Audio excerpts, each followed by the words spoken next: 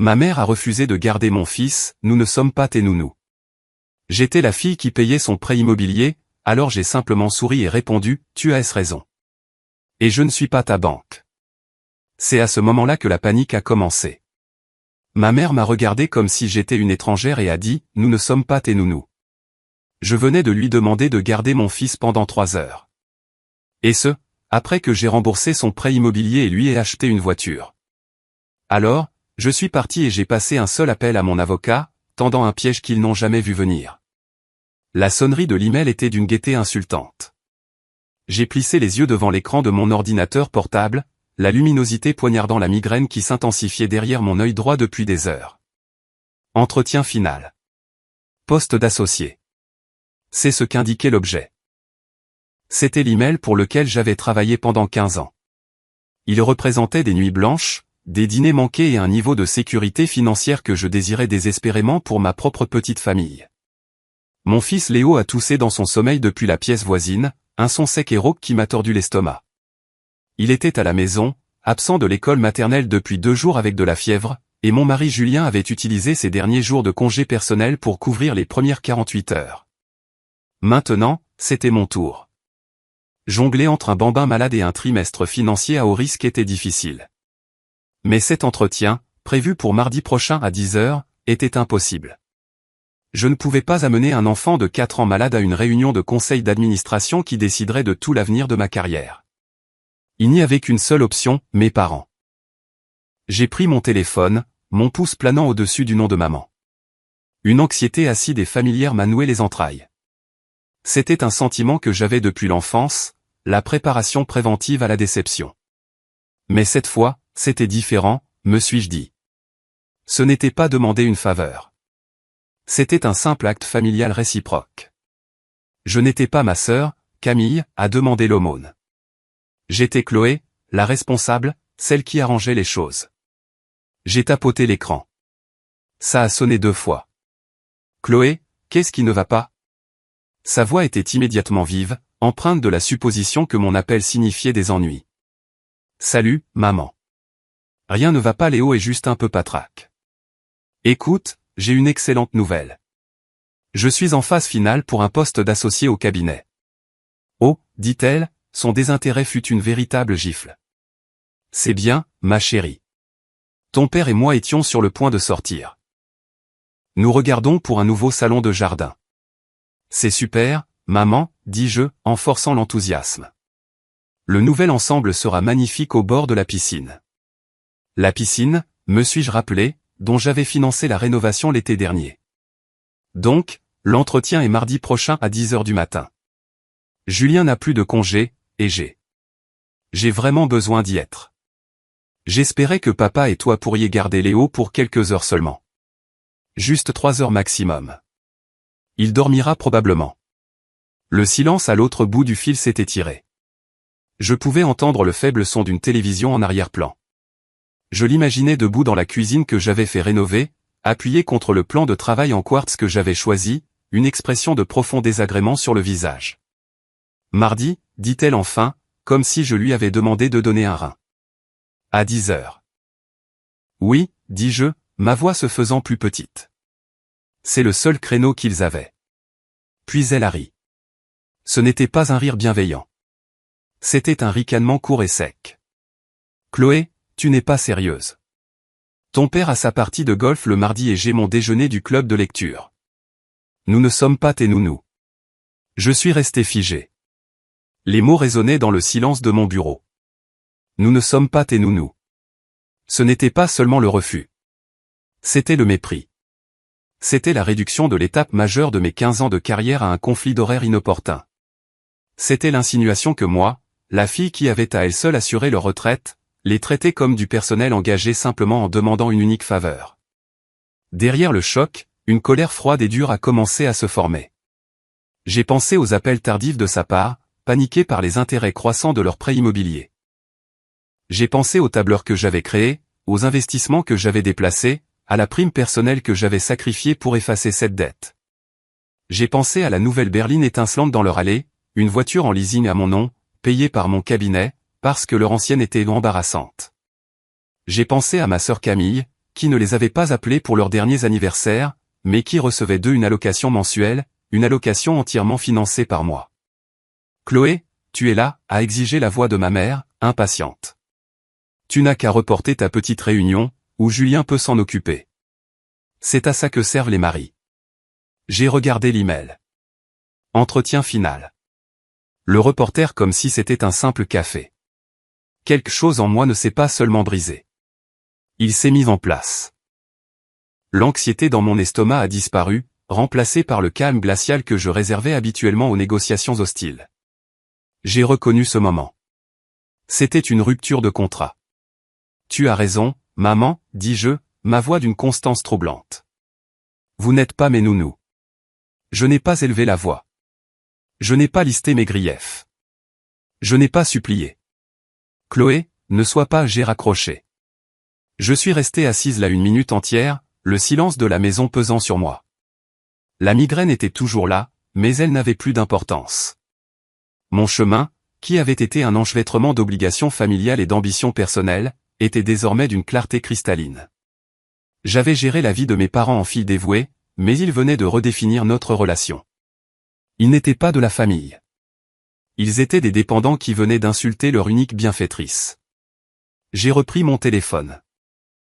Mon premier appel a été pour un service de garde d'enfants haut de gamme, du genre qui s'adresse aux cadres et aux urgences, du genre qui coûte une fortune de l'heure. J'ai réservé une garde agréée pour mardi, le tarif était astronomique. Je l'ai payé sans ciller. Mon deuxième appel a été pour mon avocat. Bonjour, Thomas, dis-je, ma voix froide et professionnelle. J'ai besoin que vous rédigiez quelques documents. Nous allons apporter des changements immédiats à la fiducie familiale de Martine et Alain. À compter d'aujourd'hui, je lance un examen complet des conditions. Suspendez la prochaine rente. La trahison était pire que le refus. C'était la prise de conscience que je n'étais pas leur fille. J'étais leur service public. Les suites immédiates furent calmes, d'un calme trompeur. J'ai raconté à Julien ce qui s'était passé, ma voix neutre en relatant la conversation. Il s'est assis au bord du lit, son visage se crispant. Julien, un ingénieur logiciel à l'esprit aussi logique que le mien, se méfiait depuis longtemps du comportement de mes parents, mais il avait toujours soutenu mes tentatives de maintenir la paix. Elle a dit quoi? Demanda-t-il à voix basse. Nous ne sommes pas tes nounous, ai-je répété. Les mots avaient un goût de cendre. Elle m'a dit de reporter l'entretien pour le poste d'associé. Julien s'est levé et a commencé à faire les 100 pas dans la pièce, un rare signe de sa colère. Après tout, Chloé, après le prêt, après cette voiture ridicule, et Camille. Ne me lance même pas sur Camille. Il s'est arrêté et m'a regardé, ses yeux s'adoucissant en voyant mon expression épuisée. Que as-tu fait? J'ai réservé un service pour mardi, dis-je. Et j'ai appelé Thomas. J'ai suspendu la rente de la fiducie en attendant un examen. Julien m'a dévisagé, puis un lent sourire s'est étalé sur son visage. Bien, dit-il, et cette simple validation a été comme une bouée de sauvetage. Il était temps. Et pour la voiture? Une chose à la fois, dis-je. J'ai besoin de réfléchir. Ma migraine, qui s'était estompée dans le feu de l'action, est revenue en force. Je me sentais épuisé émotionnellement et physiquement. Le mal de la trahison s'installait profondément dans mes os. Léo a de nouveau toussé, et je suis allé vers lui, caressant son front chaud, son petit visage confiant contrastant vivement avec la cruauté désinvolte que je venais de subir. J'avais bâti une forteresse de sécurité financière autour de mes parents, et ils venaient de me renvoyer une grenade depuis la sécurité de ces murs. Le lendemain, mon téléphone a sonné. C'était ma mère. J'ai fixé l'écran, mon cœur battant la chamade, mais la résolution froide de la veille a tenu bon. J'ai laissé le répondeur se déclencher. Son message était un chef-d'œuvre d'agressivité passive. Chloé, ma chérie, je t'appelle juste pour savoir comment va le petit Léo. J'espère que tu n'étais pas trop contrarié hier. Tu sais comment sont les mardis. Ton père et moi pensions que nous pourrions peut-être emmener Léo manger une glace le week-end prochain s'il va mieux.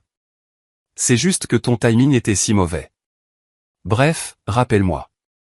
Nous devons discuter du nouveau barbecue que nous regardons. Pas un mot d'excuse, pas une once de reconsidération, juste un écrasement complet et inconscient de l'incident, se terminant par une demande pour un autre achat. J'ai effacé le message. Elle a appelé 2 fois de plus ce jour-là. J'ai ignoré les 2 appels. Tard dans l'après-midi, une visite troublante. J'étais dans la cuisine en train de préparer un bouillon pour Léo quand la sonnette a retenti. Mon cœur a bondi dans ma gorge. J'ai regardé par le Judas et j'ai vu mon père, Alain, debout sur le porche, se balançant maladroitement. J'ai ouvert la porte. Il tenait un petit bouquet de fleurs de supermarché fanées. « Chloé » dit-il en traînant les pieds. Il n'osait pas me regarder dans les yeux. « Ta mère s'inquiète. Tu ne réponds pas à ses appels. » J'ai été occupé, papa.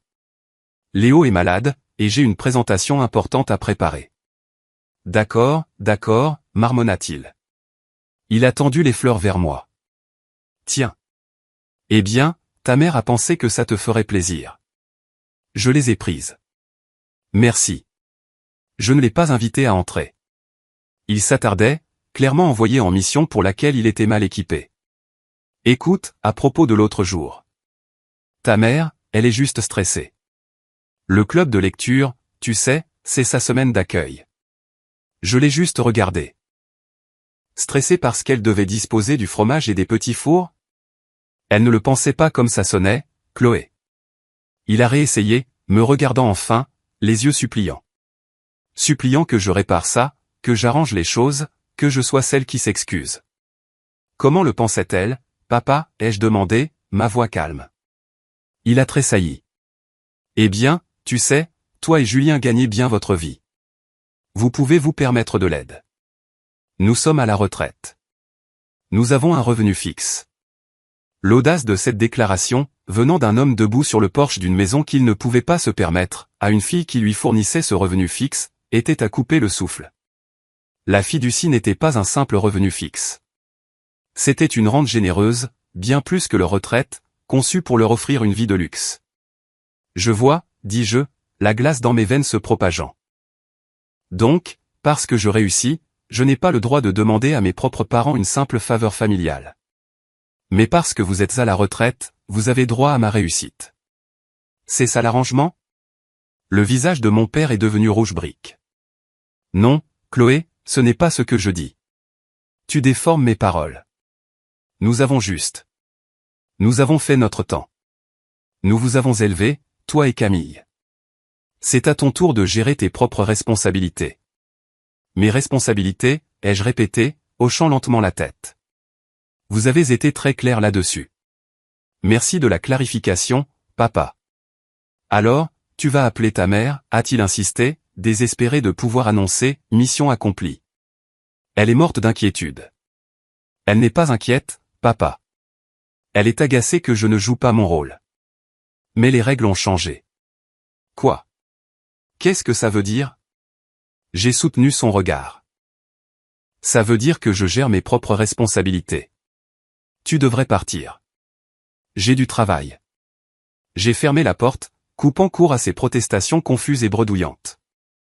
J'ai jeté les tristes fleurs directement à la poubelle. En m'éloignant, une seule pensée récurrente résonnait dans mon esprit, une phrase qui avait été mon mantra dans toutes les négociations difficiles que j'avais menées, ils ont oublié qui détient le pouvoir. Ils avaient oublié une chose cruciale, et j'étais sur le point de la leur rappeler. Pour comprendre le froid qui s'est installé dans mon cœur, il faut comprendre les années que j'ai passées à construire le feu qui les gardait au chaud. Toute ma vie, j'ai été la personne fiable. Chloé, l'organisatrice. Chloé, la solutionneuse. Chloé, celle qui serait toujours là. Ma sœur Camille était la créative, la rêveuse, celle qui avait besoin d'être protégée. Dès notre enfance, nos rôles étaient définis. J'obtenais d'excellentes notes, je gérais un travail à temps partiel et je payais ma première voiture, une vieille guimbarde qui sentait les crayons de cire. Camille déclarait que le lycée était étouffant, accumulait des dettes de cartes de crédit pour des vêtements vintage, et mes parents se portaient garant pour un prêt pour sa décapotable neuve, un cadeau de fin d'études pour un diplôme qu'elle a à peine obtenu. Mes parents, Martine et Alain, n'étaient pas de mauvaises personnes, pas au sens manifeste. Ils étaient simplement faibles. Ils étaient facilement éblouis par l'éclat chaotique de Camille et se reposaient facilement sur ma compétence discrète. J'étais le mur porteur de la famille, et ils continuaient de construire sur moi, sans jamais vérifier si les fondations se fissuraient. Je suis allé à l'université avec une bourse complète, puis j'ai gravi les échelons dans le monde impitoyable de la finance. Chaque promotion signifiait une nouvelle urgence familiale que j'étais soudainement équipé pour gérer. Quand leur toit a fui, j'ai payé pour un nouveau. Quand Camille a décidé de devenir blogueuse lifestyle et a eu besoin d'un nouvel ordinateur portable et d'un appareil photo, on m'a dit que c'était un investissement dans son avenir. J'ai payé pour ça aussi. Puis est venu le prêt immobilier. Il y a 5 ans, je célébrais ma promotion au poste d'analyste senior quand ma mère m'a appelé en larmes. Le prêt à taux révisable de leur maison, la maison où j'ai grandi, allait être réajusté. Il risquait la saisie immobilière. J'ai passé un mois à fouiller dans leurs finances désastreuses. Ils avaient contracté une deuxième hypothèque pour financer le voyage de découverte de soif de Camille en Europe. Ils n'avaient aucune économie. Ils étaient, en bref, financièrement ruinés. Je n'ai pas simplement fait un chèque. Cela aurait été une solution temporaire. J'ai fait ce que je fais de mieux. J'ai structuré une solution. J'ai utilisé toute ma prime, une somme qui était destinée à notre propre apport pour Julien et moi, et j'ai restructuré leurs dettes. Je n'ai pas seulement remboursé le prêt. Je leur ai acheté la maison et les placé dans une fiducie familiale dont j'étais l'unique administratrice. Ils y vivraient sans loyer pour le reste de leur vie. En retour, j'ai pris le contrôle de leurs finances. Je leur ai mis en place une rente mensuelle automatisée, une rente généreuse qui couvrirait toutes leurs factures, voyages et loisirs, à condition qu'ils respectent un budget. Ils m'ont appelé leur sauveuse. Ma mère a pleuré et a dit que j'étais la meilleure fille du monde. 1 an plus tard, l'incident de la voiture embarrassante est survenu. Leur vieille berline était très bien, mais mon père se plaignait qu'elle ne faisait pas bien garée dans l'allée d'une si belle maison sans prêt. Ma mère se plaignait qu'elle n'était pas sûre, bien qu'elle ait une parfaite note de 5 étoiles à la sécurité. J'ai cédé. Je leur ai dit que je ne pouvais pas leur acheter une nouvelle voiture, mais que je pouvais, en tant que dépense professionnelle, en louer une pour eux via le compte de mon cabinet. C'était une berline de luxe, blanc nacré. Ils étaient aux anges. Ils la conduisaient partout, la paradant devant leurs amis retraités, savourant l'envie. Pendant tout ce temps, Camille continuait de dériver. Son blog lifestyle était un désordre prévisible de photos floues et de publications sur le fait de vivre authentiquement, ce qui semblait signifier facturer des brunchs coûteux sur une carte de crédit que mes parents payaient encore secrètement.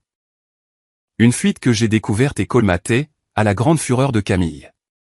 Elle avait 34 ans, vivait dans un appartement branché qu'elle ne pouvait pas se permettre et me voyait non pas comme une sœur, mais comme la gardienne de la banque familiale. Camille était la véritable antagoniste invisible de ma vie. C'est elle qui murmurait à l'oreille de ma mère, me dépeignant comme la froide et insensible pleine aux as, tandis qu'elle était l'artiste chaleureuse en difficulté. C'est elle qui, j'en étais certaine, avait amplifié les pires instincts de mes parents. Je me suis souvenu d'une conversation à Noël dernier. J'étais arrivé fatigué après avoir bouclé un 4e trimestre brutal, avec des cadeaux attentionnés et pratiques pour tout le monde. Camille est arrivée avec 2 heures de retard, les mains vides, avec une histoire dramatique sur sa voiture, celle que j'avais aidé à obtenir qui était tombée en panne. Ma mère s'est affairée autour d'elle, lui préparant une assiette pendant que j'étais assise à débarrasser les papiers cadeaux. « Chloé, tu ne comprends rien », avait dit Camille, agitant sa fourchette vers moi. La vie, ce n'est pas des tableurs et des options d'achat d'actions. Ce sont des expériences. Les expériences coûtent de l'argent, Camille, avais-je répondu, lasse. Seulement si tu es aussi obsédé par ça que tu le es, avait-elle rétorqué. Ma mère m'avait fait taire. Chloé, n'embête pas ta sœur. Elle est sensible. Maintenant, debout dans ma cuisine, venant d'être qualifié de nounou, tout s'est assemblé. L'ingratitude de mes parents n'était pas un développement soudain. C'était l'aboutissement d'une vie passée à encourager l'irresponsabilité de Camille tout en punissant ma stabilité. Ils n'avaient pas seulement oublié mes sacrifices, ils avaient commencé à en vouloir. Ma réussite, dont ils vivaient, était un miroir de leurs propres échecs et de ceux de Camille. Le commentaire de mon père sur leur revenu fixe a scellé le tout. Ils croyaient sincèrement que l'argent était à eux, un droit acquis, une pension pour m'avoir élevé.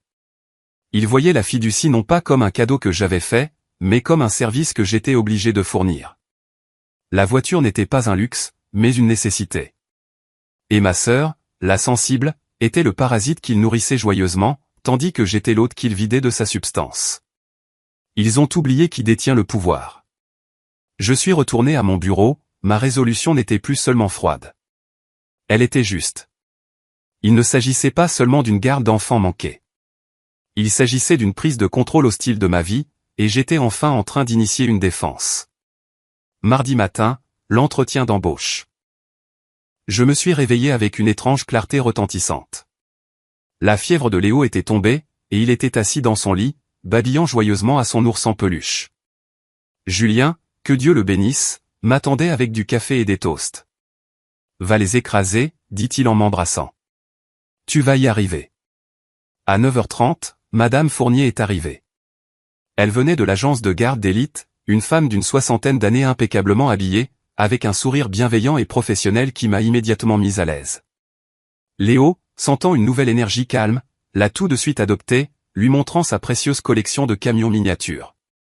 Le coût de son service de 3 heures était, franchement, exorbitant. C'était plus que ce que mes parents dépensaient en courses en une semaine. Je l'ai payé sans hésiter. L'entretien fut un tourbillon de questions pointues, d'hypothèses financières complexes et d'un examen intense de la part de 6 associés seniors. Mais j'étais dans mon élément. Le calme glacial qui s'était installé en moi lors de l'appel avec ma mère était maintenant une concentration laser.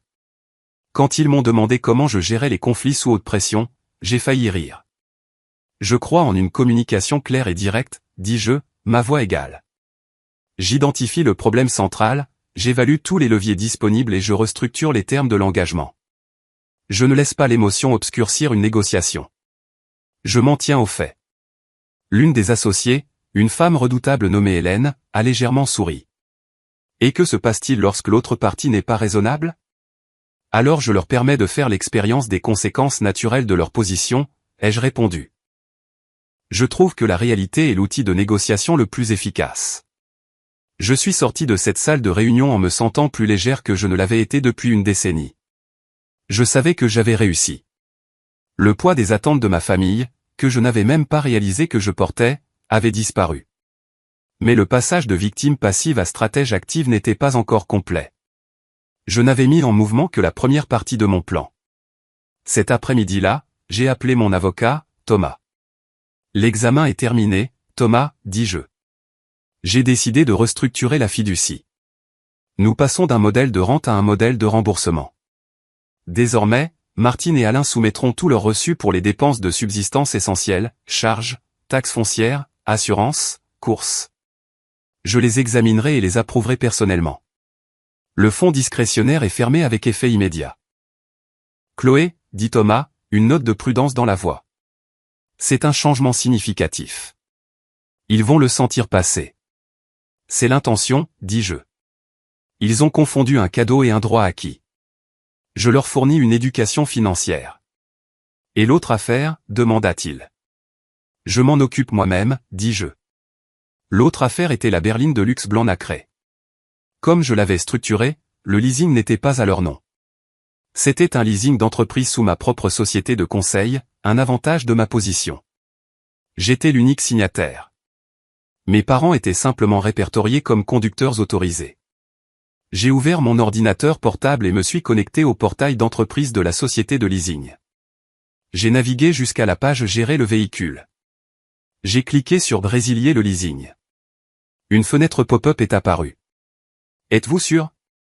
Des frais de résiliation anticipés peuvent s'appliquer. J'ai cliqué sur Confirmer. Une nouvelle fenêtre s'est ouverte. Veuillez sélectionner une date pour la reprise du véhicule. J'ai sélectionné le surlendemain, vendredi, le 1er du mois. Le jour où leur rente, qui n'allait pas arriver, était habituellement versée. C'était aussi le jour du grand déjeuner du club de lecture de ma mère, celui qui était si important qu'elle ne pouvait absolument pas garder son petit-fils. J'ai ensuite fait quelque chose que je n'avais pas fait depuis des années. Je me suis connecté au compte de carte de crédit commun de mes parents, celui que j'avais insisté pour qu'ils gardent uniquement pour les urgences, celui que j'avais bêtement lié à mes propres comptes pour couvrir tout découvert. J'ai lancé un rapport de transaction pour les 6 derniers mois. L'enquête n'a pas été difficile. La vérité était étalée dans une longue et accablante liste de débits. 300 € chez Le Fantôme, un restaurant français absurdement cher. 450 € dans un magasin de golf haut de gamme. 800 € pour un nouveau fauteuil relax. Le nouveau barbecue que ma mère avait mentionné, je présumais, était le suivant. Mais le débit récurrent le plus stupéfiant était un virement mensuel, 1500 €, chaque mois. Il était codé comme loyer Camille. Mon sang s'est glacé. Je ne finançais pas seulement la retraite somptueuse de mes parents. Je payais le loyer de ma sœur de 34 ans. Il détournait de l'argent de la fiducie, mon argent, pour continuer à la soutenir, me mentant à ce sujet tout ce temps. L'allocation que je pensais qu'ils lui donnaient de leurs propres fonds était en fait une subvention directe massive que je payais. La rage qui m'a envahi était si pure, si aiguë, qu'elle m'a presque donné le vertige. La phrase « nous ne sommes pas tes nounous » n'était pas seulement une insulte. C'était une blague. Ils étaient en fait les nounous professionnels d'une femme adulte, financés par la fille qu'ils refusaient d'aider. Ce n'était pas seulement de l'ingratitude. C'était de la fraude. J'ai fait une capture d'écran. J'ai téléchargé les relevés. Je les ai joints à un nouvel email adressé à Thomas. Thomas, ai-je écrit, ajoutez ceci au dossier. C'est un motif de rupture formelle de la fiducie. Je veux que tous les fonds discrétionnaires soient gelés avec effet immédiat. Et encore une chose, j'ai besoin que vous rédigiez un nouvel accord familial. Je vous enverrai les termes sous peu. J'ai refermé l'ordinateur portable. Le piège n'était pas seulement tendu. Il était maintenant armé. Et il marchait droit dedans. Ils n'avaient pas seulement oublié qui détenait le pouvoir. Ils avaient oublié qui j'étais. Vendredi, le 1er du mois, le jour J. J'avais pris ma journée. L'offre d'emploi était arrivée tard jeudi après-midi. Associé, avec un salaire qui éclipsait mon ancien, effectif dans 2 semaines. Julien et moi avions célébré tranquillement avec une bonne bouteille de vin. Je me sentais calme, centré et en contrôle total. Mon téléphone a sonné à 9h05. C'était ma mère. J'étais dans ma cuisine, sirotant mon café, regardant Léo jouer par terre. J'ai laissé sonner. Il a sonné de nouveau à 9h07 et 9h08. À 9h10, un SMS. Chloé, notre carte a été refusée au supermarché. La rente n'est pas arrivée. Y a-t-il un problème avec la banque? Appelle-moi immédiatement. J'ai souri et j'ai pris une autre gorgée de café. À 10h15, un autre SMS. Chloé, ce n'est pas drôle. J'appelle la banque. Ton père est très contrarié. J'ai répondu par un seul et simple SMS. Il n'y a aucun problème avec la banque, maman. La rente est en cours d'examen administratif. Je vous contacterai lorsque cet examen sera terminé. Sa réponse a été instantanée. Un flot de fautes de frappe. Qu'est-ce que ça veut dire? Examen administratif? Tu ne peux pas faire ça. J'ai mon club de lecture aujourd'hui. Je dois acheter à manger. J'ai répondu par SMS, vous avez un revenu fixe, souviens-toi? Vous devrez vous débrouiller. Le silence qui a suivi était, j'imagine, rempli d'une prise de conscience naissante et horrifiée. L'événement principal était prévu pour 11h. J'avais reçu un email de confirmation de la société de leasing. Notre agent de récupération sera à l'adresse entre 11h et 12h pour reprendre le véhicule. À 11h17, mon téléphone a explosé. C'était mon père. Je ne l'avais jamais entendu parler comme ça. Il n'était pas triste, ni confus, ni même en colère. Il était hystérique. Chloé. Chloé. Il y a un homme ici avec une dépanneuse. Il essaie de prendre la voiture. Il dit que le leasing est résilié. Tu dois les appeler, c'est une erreur. Ce n'est pas une erreur, papa, dis-je, ma voix aussi placide qu'un lac gelé. Quoi? De quoi tu parles? Il est en train de l'accrocher. Chloé, les amis de ta mère commencent à arriver pour son déjeuner. Elles regardent toutes. C'est humiliant. Oui, dis-je. Ça l'est. Fais quelque chose, a-t-il hurlé. Je suis en train de faire quelque chose, papa. Je gère mes propres responsabilités. Tu te souviens, tu m'as dit que c'était mon tour. J'ai entendu un son étouffé, puis la voix de ma mère, stridente de panique. Chloé Elisabeth, arrête ça tout de suite. C'est notre voiture. Tu ne peux pas la prendre comme ça. C'est là que tu te trompes, maman, dis-je, laissant enfin la glace transparaître dans ma voix. Ce n'a jamais été votre voiture. C'était ma voiture. Un actif de l'entreprise que, dans un moment d'extraordinaire folie, je vous ai permis de conduire. Vous avez clairement indiqué mardi que notre relation est purement transactionnelle. Eh bien, les termes de la transaction ne me sont plus favorables. Quoi? De quoi? J'ai examiné vos finances, maman. Les finances de la fiducie. C'est une lecture fascinante. Savais-tu que vous dépensez 1500 € par mois pour le loyer de Camille? La ligne est devenue silencieuse. Tout ce que je pouvais entendre était le son lointain du vérin hydraulique de la dépanneuse. Comment? Comment tu as su, balbutia-t-elle. Vous avez utilisé la carte de crédit d'urgence que je paie. Vous m'avez menti pendant des années, fraudant la fiducie que j'ai créée pour vous protéger. Tout ça pour financer le style de vie de votre fille de 34 ans. La même fille qui ne prend pas la peine de vous appeler pour votre anniversaire. Pendant ce temps, vous, qui vivez sans loyer dans une maison que je possède, conduisez une voiture que je paie et vivez d'une rente que je fournis, n'avez pas pu trouver 3 heures pour garder votre propre petit-fils afin que je puisse assurer l'avenir de ma famille. J'ai laissé les mots flotter dans l'air. La première confrontation, la première révélation. Chloé, tu ne comprends pas, a chuchoté ma mère, sa voix soudainement petite et désespérée. Elle allait être expulsée. Elle est sensible. Elle ne peut pas gérer le stress comme toi. Je m'en fiche, dis-je. Les mots étaient libérateurs. J'en ai fini. J'en ai fini d'être la responsable. J'en ai fini d'être la banque. La rente est gelée. La voiture est partie. Bienvenue à votre revenu fixe, maman. J'espère que le club de lecture appréciera le fromage et les petits fours, si tant est que vous ayez pu vous les payer. J'ai raccroché. La réaction immédiate, comme je l'avais prédit, ne fut pas le remords. Ce furent des menaces mal exécutées. 5 minutes plus tard, mon téléphone a de nouveau sonné. C'était Camille. Chloé, cracha-t-elle. Aucune prétention d'affection fraternelle. Qu'est-ce que tu as fait? Maman est hystérique. Tu as pris leur voiture. Tu es folle? Bonjour, Camille. C'est gentil de ta part de finalement appeler, dis-je d'un ton léger. Tu ne peux pas les couper comme ça. C'est leur argent. Ils sont à la retraite. C'est mon argent, Camille. Et je suis particulièrement intéressé par les 1500 € que tu reçois chaque mois. Dis-moi, comment ça marche ce blog lifestyle? Est-ce que vivre authentiquement couvre ton loyer, ou c'est aussi mon travail? Elle a suffoqué, coincée. C'est maman qui t'a dit ça, je n'ai pas eu besoin de demander. Tu es une menteuse, dis-je, ma voix plate. Et tu es une voleuse. Tu as été complice de la fraude d'une fiducie familiale. Je me demande ce que ça donnerait sur un rapport de crédit, ou peut-être dans un dossier au tribunal d'instance. Tu n'oserais pas, gémit-elle, son assurance s'évaporant instantanément. Mets-moi au défi. Je suis analyste financière depuis 15 ans, Camille.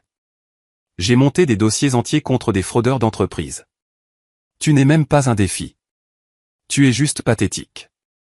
Je n'ai pas attendu de réponse. J'ai raccroché sur elle aussi. J'ai éteint mon téléphone. Je me suis assise dans le silence de ma maison. Julien est entré, a jeté un coup d'œil à mon visage et a simplement hoché la tête. C'est fait, a-t-il demandé. C'est fait, ai-je dit.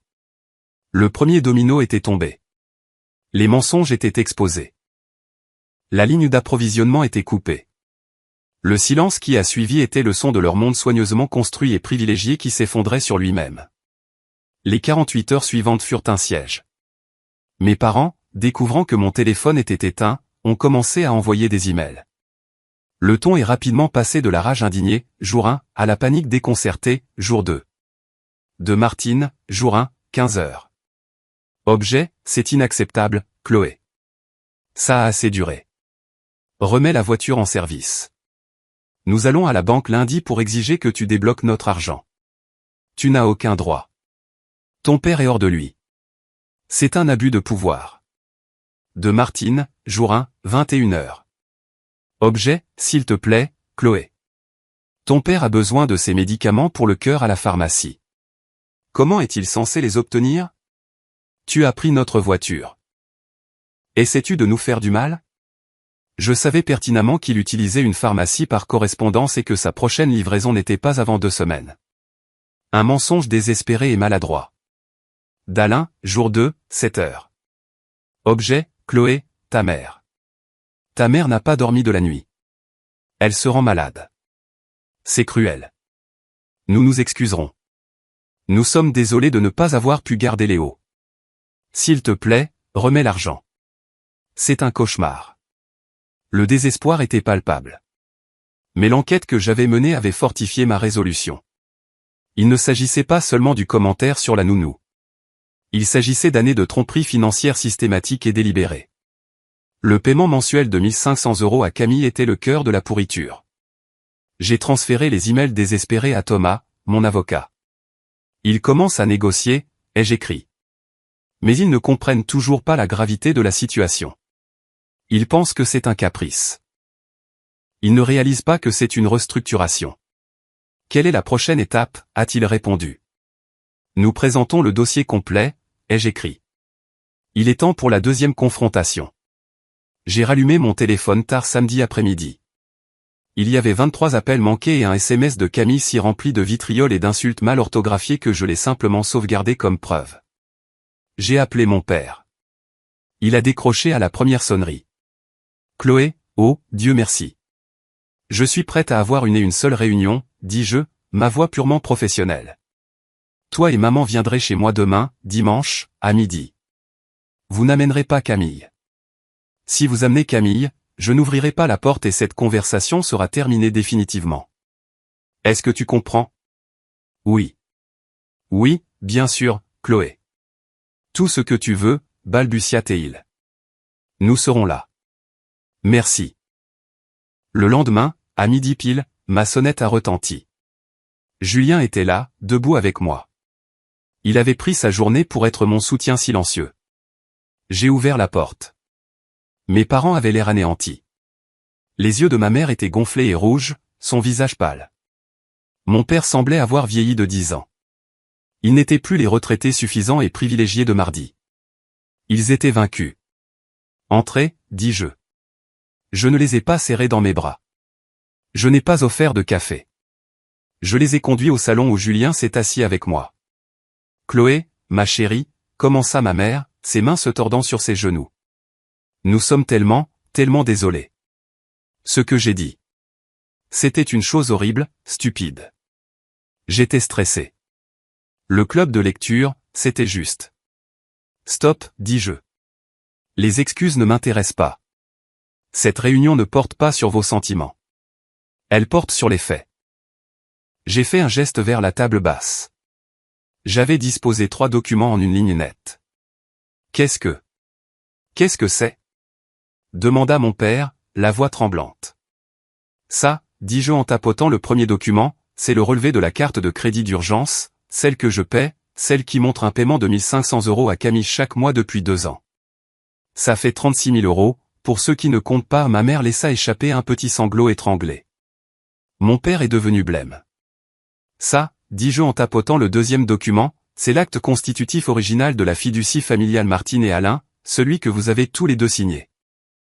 J'aimerais attirer votre attention sur l'article 4, section B, les fonds fournis par la fiducie sont à l'usage unique et exclusif des bénéficiaires, Martine et Alain, et ne peuvent être transférés, donnés ou autrement détournés à un tiers sans le consentement écrit exprès de l'administratrice. J'ai levé les yeux, croisant leurs regards. L'administratrice. C'est moi. Vous êtes en violation matérielle de cet accord de fiducie depuis 24 mois consécutifs. Vous m'avez fraudé. Ce n'était pas comme ça, pleura ma mère, se jetant sur une excuse. C'est notre fille, elle avait besoin d'aide. Je suis votre fille, ma voix s'est brisée. La première manifestation d'émotion que je m'étais autorisée. Je suis la fille que vous avez volée pour donner à votre autre fille. Je suis la fille dont vous avez refusé de garder le fils parce que vous étiez occupé à profiter de la vie que je vous ai donnée. J'ai pris une profonde inspiration, repoussant l'émotion. Et ça, dis-je en tapotant le dernier document épais, c'est le nouvel accord familial que mon avocat a rédigé. C'est votre seule voie d'avenir. Mon père le prit d'une main tremblante. Les termes sont simples, expliquai-je, ma voix de nouveau froide. La fiducie est dissoute. La maison reste à mon nom. Vous ne recevrez plus de rente. Vous vivrez ici sans loyer et je paierai directement la taxe foncière et les charges. C'est tout. Il n'y aura plus d'argent discrétionnaire, pas de voyage de golf, pas de déjeuner coûteux, pas de nouveau barbecue, et en aucun cas un centime de plus de mon argent n'ira à Camille. Mon père a lu la page et son visage s'est décomposé. Chloé, c'est. Il ne reste rien. C'est. Nous ne pouvons pas vivre comme ça. C'est comme ça que vivent les retraités avec un vrai revenu fixe, papa, dis-je. Vous vouliez être à la retraite, libre de responsabilité. La voilà. Vous avez fait votre temps. Tu te souviens. Ma mère fixait juste le document, la bouche ouverte, l'ampleur choquante de sa chute lui apparaissant enfin. Le charme était rompu. La banque était fermée. La vie confortable et facile qu'ils avaient tenue pour acquise était terminée. Sa réaction ne fut pas de s'excuser pour la fraude. Ce fut de pleurer la perte de l'argent. Et cela m'a tout dit. Ma mère leva les yeux du document, ses yeux bouffis se rétrécissant. Le désespoir avait disparu, remplacé par un éclair de la vieille indignation familière. Tu vas nous tyranniser, tes propres parents, après tout ce que nous avons fait pour toi. Ce que vous avez fait pour moi, demandai-je, ma voix dangereusement basse. J'ai payé mes propres études. J'ai payé ma propre voiture. J'ai bâti ma propre carrière. Ce que j'ai, je l'ai gagné. Ce que vous avez, je vous l'ai donné. Et vous l'avez volé. Et vous l'avez donné à Camille. Ce n'est pas une punition. C'est une correction. Mais Camille, balbutia mon père. Elle sera à la rue. Elle ne peut pas. Elle n'est pas comme toi, Chloé. Elle n'est pas forte. Ce n'est pas mon problème, dis-je. Vous avez 30 jours pour l'informer que son loyer ne sera plus payé. Je lui suggère de trouver un travail. Peut-être qu'elle pourra vivre authentiquement avec le SMIC. Soudain, on frappa frénétiquement à la porte d'entrée. Maman, papa, vous êtes là? Laissez-moi entrer. Je sais que vous êtes là. C'était Camille. Mon père sursauta. Ma mère me regarda, les yeux écarquillés de panique. Oh non. Elle a dû nous suivre. Vous lui avez dit que vous veniez ici, ai-je affirmé. Ce n'était pas une question. Julien se leva, se plaçant de manière protectrice devant moi et Léo, qui s'était réveillé de sa sieste et regardait depuis le couloir, confus. Chloé, je peux lui demander de partir. Non, dis-je. Laisse-la entrer. Réglons tout ça, ici et maintenant. Julien a ouvert la porte. Camille a fait irruption, le visage marbré et furieux. Elle tenait son téléphone. Vous ne pouvez pas faire ça. Mon propriétaire vient de m'envoyer un avis d'expulsion. Mon loyer est dû. Maman, papa, dites-lui. C'était la confrontation, le climax public et humiliant de leur propre création. Camille, ma chérie, s'il te plaît, calme-toi, commença ma mère, se tordant les mains. Je ne vais pas me calmer, hurla-t-elle. Elle essaie de ruiner ma vie juste parce que vous n'avez pas voulu garder son sale gosse pendant un après-midi. Le mot sale gosse est resté en suspens dans l'air. Julien a fait un pas menaçant vers elle. J'ai levé une main. J'étais parfaitement, terrifiante calme. Tu as raison, Camille, dis-je. C'est exactement de ça qu'il s'agit. Il s'agit d'une faveur de 3 heures que ma mère, que tu vois ici, a refusé de faire. Elle a refusé parce qu'elle était occupée à dépenser les 1500 € que je gagne, qu'elle t'a frauduleusement siphonné. Pour que toi, une femme de 34 ans, puisse continuer à jouer à la blogueuse pendant que moi, associé dans l'un des plus grands cabinets de la ville, je travaille 60 heures par semaine. La mâchoire de Camille est tombée. Elle a regardé nos parents. Vous lui avez dit? Ils n'ont pas eu à le faire, dis-je. Tu es négligente. Tu as utilisé une carte que je suis. J'ai chaque reçu, chaque virement. 36 000 €, Camille. Ce n'est pas une petite aide. C'est du vol qualifié. Le visage de Camille, pour la première fois, a enregistré une peur authentique. L'implication légale de ce que je venais de dire l'a finalement frappé. Maman, papa, faites quelque chose, plaida-t-elle, sa voix se brisant. Et puis, la chose la plus pathétique et prévisible au monde s'est produite. Mon père, le complice, l'homme qui, 5 minutes plus tôt, me suppliait de lui pardonner, s'est tourné vers moi. Chloé, s'il te plaît, dit-il, sa voix mielleuse. C'est ta sœur. On ne peut pas la laisser à la rue. Juste un mois de plus. Donne-lui juste un mois de plus pour se remettre sur pied. On te remboursera d'une manière ou d'une autre. Je l'ai regardé. J'ai regardé ma mère qui hochait la tête avec empressement, voyant une minuscule lueur d'espoir, un moyen de faire circuler l'argent à nouveau. C'était le dernier et puissant moment de réalisation. Il ne changerait jamais. Il choisirait toujours le trou noir des besoins de Camille plutôt que ma stabilité. Il mentirait et me volerait pour la protéger. J'ai ri. C'était un son froid et vide. Me rembourser, dis-je. Avec quoi? Vous n'avez pas de voiture. Vous n'avez pas de revenus. Vous n'avez pas d'actifs. Vous n'avez rien. Vous êtes entièrement, à 100%, dépendant de ma bonne volonté. Et vous venez de l'épuiser définitivement. Je me suis tourné vers Camille. Tu as 24 heures pour sortir de ton appartement ou je contacterai directement ton propriétaire pour l'informer que tu as payé ton loyer avec des fonds obtenus par des moyens frauduleux. Je déposerai également une plainte. Non seulement tu seras expulsé, mais tu ne pourras plus louer nulle part. Camille a poussé un cri de désespoir purement animal. Elle s'est retournée contre nos parents. Vous l'avez laissé faire ça. Vous étiez censé la gérer. Vous m'aviez promis. Vous m'aviez promis que l'argent continuerait d'arriver. Et voilà, la rupture finale est triomphante, l'admission publique de la conspiration. Ma mère s'est effondrée sur le canapé, en sanglotant. Mon père est resté là, bouche bée, un homme brisé et vide. Je me suis dirigé vers la porte d'entrée et l'ai ouverte. Camille, sors de ma maison. Elle m'a regardé, ses yeux remplis d'une haine si pure qu'elle en était presque impressionnante. Je te déteste, a-t-elle murmuré. Le sentiment est mutuel, dis-je. Va-t'en. Elle est sortie en courant, une tempête hurlante et effondrée de sa propre création. Je me suis retourné vers mes parents, blottis l'un contre l'autre sur mon canapé, un portrait pathétique de la ruine. Signez l'accord, dis-je, ma voix vide de toute émotion.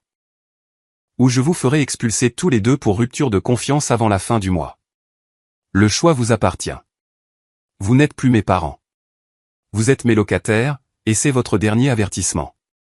Mon père, sa main tremblant si fort qu'il pouvait à peine tenir le stylo, a signé le nouvel accord familial. Ma mère, le visage enfoui dans ses mains, a simplement hoché la tête et il a griffonné sa signature pour elle. Julien, dis-je. Il s'est avancé et a signé en tant que témoin. J'ai pris le document et l'ai mis dans ma mallette. Vous avez 1 heure pour appeler un taxi ou un VTC, dis-je. Ensuite, je veux que vous partiez. Ils n'ont pas discuté. Ils n'ont pas parlé. Ils sont restés assis en silence sur mon canapé pendant 30 minutes. Un taxi s'est finalement arrêté. J'ai regardé par la fenêtre mes 2 parents, qui, une semaine plus tôt, planifiaient avec confiance d'acheter un nouveau barbecue avec mon argent, montés à l'arrière d'un taxi. Je n'ai rien ressenti. Pas de pitié, pas de tristesse, juste du vide. La longue et épuisante tâche de gérer leur vie était enfin terminée. Les conséquences furent rapides. Camille, fidèle à elle-même, a implosé. Elle a squatté chez une amie, inondant les réseaux sociaux de publications vagues et dramatiques sur la trahison familiale et l'énergie toxique. Lorsque cela n'a produit aucun soutien financier, elle a finalement, enfin fait ce qu'elle aurait dû faire 15 ans plus tôt. Elle a trouvé un travail. J'ai entendu dire qu'elle était hôtesse d'accueil dans un restaurant de chaîne de milieu de gamme. Elle m'a envoyé un dernier email décousu que j'ai transféré à Thomas, puis j'ai bloqué son adresse. Mes parents sont tombés dans une existence calme et spartiate. Ils étaient, à toutes fins utiles, consignés. Sans voiture et sans revenus discrétionnaires, leur vie sociale a disparu. Les invitations du club de lecture ont cessé. Les parties de golf ont pris fin. Ils ont été contraints de vivre dans les limites précises et inflexibles que j'avais fixées. Environ 6 semaines après la confrontation, j'ai reçu une lettre par la poste. C'était une seule page manuscrite de mon père. Chloé, commençait-elle. Je ne sais pas quoi dire. Ta mère ne va pas bien. Elle reste dans sa chambre la plupart de la journée. Cela a été plus dur que je ne l'aurais jamais imaginé. Mais je veux que tu saches une chose. Tu avais raison. Nous t'avons prise pour acquise. J'ai laissé ta mère et j'ai laissé Camille m'aveugler. J'ai été un lâche. Je n'ai pas été un père pour toi. J'étais juste un indépendant. J'ai honte. Je ne te demande pas de nous pardonner. Je veux juste que tu saches que je vois maintenant. Je vois tout. Et je suis désolé. Je le suis vraiment. J'ai lu la lettre et pour la première fois, j'ai ressenti une lueur de quelque chose. Pas le pardon, pas encore. Mais le vide froid a commencé à reculer. C'était la première chose honnête qu'il m'ait dite dans ma vie d'adulte. Je n'ai pas répondu. 6 mois ont passé. Mon nouveau rôle d'associé était exigeant mais incroyable. Je m'épanouissais. Julien et moi étions plus heureux que jamais. Et Léo devenait un petit garçon vif et heureux, libéré du nuage toxique de l'égoïsme de ma famille. Nous avions trouvé notre propre paix. Un dimanche, je préparais un panier de pique-nique pour Julien, Léo et moi. Nous allions au parc. Mon téléphone, que je gardais maintenant en silencieux la plupart du week-end, s'est allumé. Un SMS. C'était de mon père. Nous marchons jusqu'au parc près de chez nous. C'est une belle journée. Quelques minutes plus tard, un autre SMS, une photo. C'était ma mère, agenouillée dans une roseraie publique, souriant timidement à l'appareil photo. Elle avait l'air plus âgée et plus mince, mais ses yeux étaient clairs. J'ai montré la photo à Julien. « Qu'est-ce que tu veux faire ?» demanda-t-il, sa main sur mon épaule. J'ai réfléchi un long moment. J'ai pensé à la fraude, aux mensonges et aux années où l'on m'a prise pour acquise. Et j'ai pensé à cette petite lettre honnête. J'ai répondu à mon père par SMS. Nous sommes aussi au parc. Celui près de chez nous. Je lui ai envoyé une photo de Léo riant sur les balançoires. Il a répondu presque instantanément. Il a l'air si grand. Il nous manque. J'ai regardé le SMS. Il nous manque. Pas ton argent nous manque. Pas quand pourrons-nous ravoir la voiture? Juste ça. Peut-être, dis-je à Julien, peut-être qu'un jour nous pourrons pique-niquer dans un parc à mi-chemin entre nos maisons. Ce n'était pas le pardon. Ce n'était pas la réconciliation, mais c'était un début. Mon réseau professionnel m'avait aidé à sécuriser mes finances et à tracer les limites légales qui ont sauvé ma santé mentale. Mais c'est ma propre force qui avait sauvé ma famille, celle que j'avais construite avec Julien et Léo. La résolution ne les concernait pas, eux. J'ai réalisé qu'elle me concernait, moi. J'avais enfin, définitivement, cessé d'être leur service public et commencé à être ma propre personne. Les conséquences pour eux furent sévères, mais la paix que cela m'a apportée était inestimable. J'avais eu ma revanche et, plus important encore, j'avais récupéré ma vie.